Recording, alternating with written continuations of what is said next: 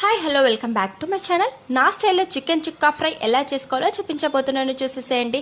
చికెన్ని మంచిగా వాష్ చేసుకోవాలంటే 1 టేబుల్ స్పూన్ కారం వేసుకోవాలి, పించ్ పసుపు వేసుకోవాలి, ధనియాల పౌడర్ వేయాలి, కొంచెం జింజర్ గార్లిక్ పేస్ట్ వేయాలి, గరం మసాలా కూడా వేయాలి, అండ్ సాల్ట్ అండ్ కర్డ్ కూడా వేసుకొని మంచిగా మిక్స్ చేయాలండి. మంచిగా మిక్స్ చేశాక కాసేపు పక్కన పెట్టేసుకోండి. స్టవ్ పైన ఒక బౌల్ పెట్టేసుకొని దాంట్లో 2 టేబుల్ స్పూన్ల ఆయిల్ వేసేసి ఆనియన్స్ వేసుకున్న తర్వాత 2 పచ్చిమిర్చి చీలికలు కూడా వేసుకోండి.